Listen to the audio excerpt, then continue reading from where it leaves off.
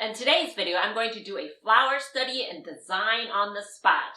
If you've ever wondered how I study real flowers and then turn them into beaded flowers, you don't want to miss today's video. Stay tuned.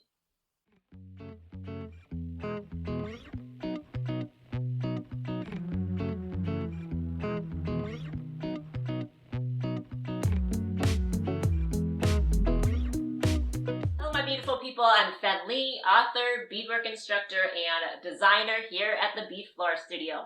And today I've got a different type of video for you. I found these wild sunflowers during the fall and recorded my flower study and beading process.